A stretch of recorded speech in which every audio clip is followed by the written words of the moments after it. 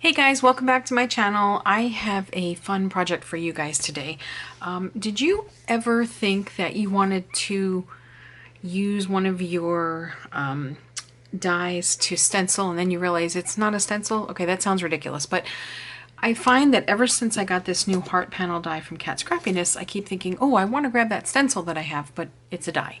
So you could easily cut out some cardstock and use it as a stencil, but what if you turn this into a permanent stencil that you can use over and over again?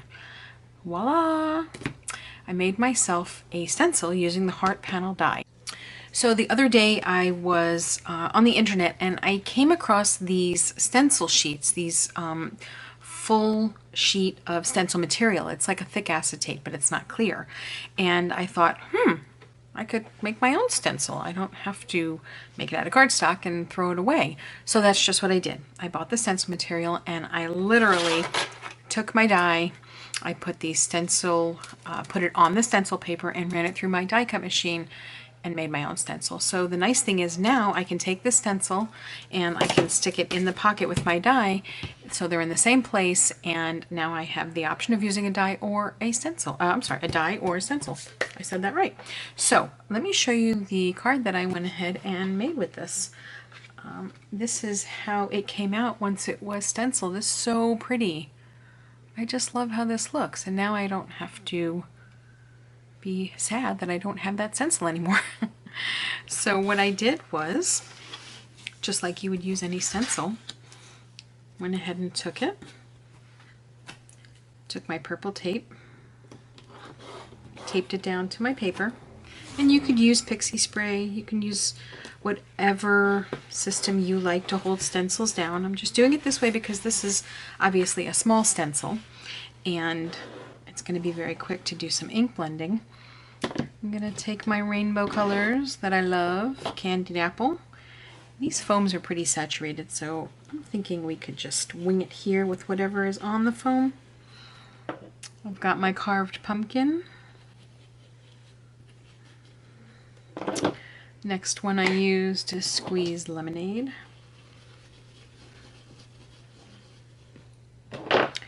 Moving on, cracked pistachio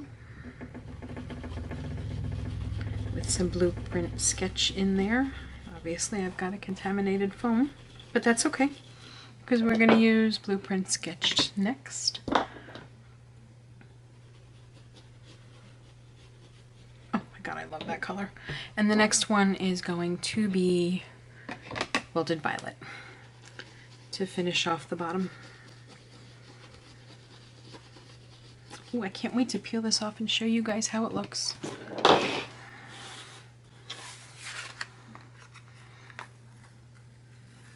Oh my gosh, that is so pretty. I love it. I know I sound surprised even though I did it already, but I do love it. And then I can clean this stencil off, stick it in the pocket, and use it again. So this is what I came up with. Now I know most stencils are 6x6 and they cover the entire card. Since this one is small and you can see the edges of where it shouldn't have been stenciled, that's okay, because what I did was I went ahead and cut it down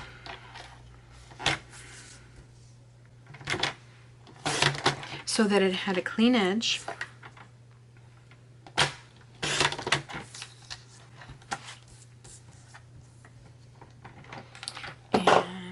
You guys can even see what's happening here. Let's try that.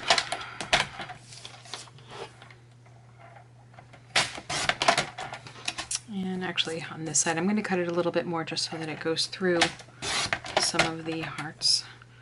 And you can see my fingerprints all over this card, so word to the wise, be careful when you're touching your projects with your ink blended fingers, because that's what happens. Live and learn.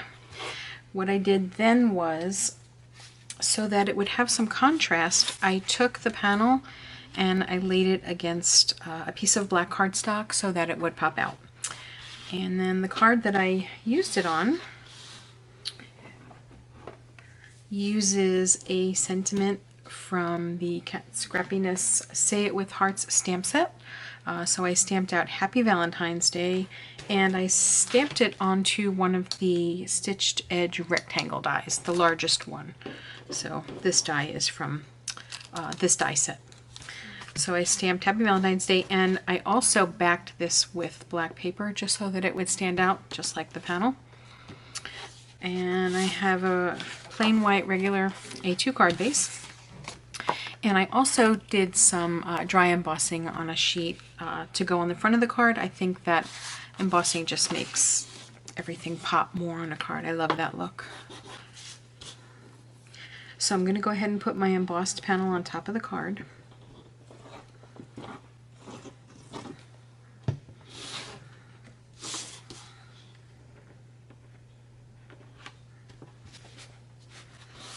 And I'm going to go ahead and glue down my stencil panel onto the black background.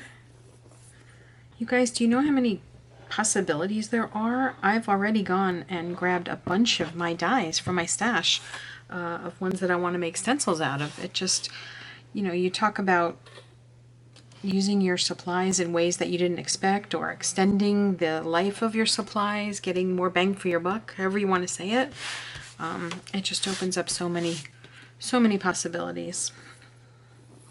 Stencils are so popular these days, so I mean, why not make your own if you've got dies that you really want to use as stencils? Of course, I probably won't stop buying stencils because there's always another one that I want, but it is fun to make your own.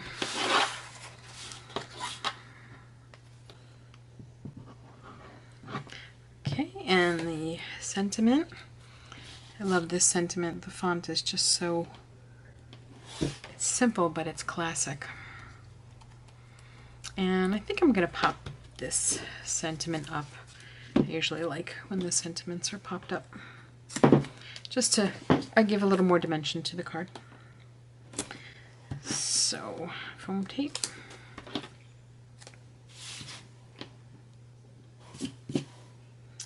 Cover up my fingerprints. And there you go. How about that? I just think that is the coolest thing. I mean, start to think about some of the dies that you have in your stash that you would love to see as stencils, and you can do it. I found this stencil paper on Amazon, but I think it's sold in a lot of different places. You literally just have to type in acetate or stencil paper, and you can find packages of it. So I hope I gave you some ideas. I hope you go through your stash and find some dies that you want to see made out to be stencils. And here's my completed card. I just think that looks terrific, and it's completely handmade. So thank you guys for joining me today. If you have any questions at all about the process or what I did, go ahead and leave in the comments. I will leave links in the comments to all the supplies that I used. And I think that's it. Have a great day.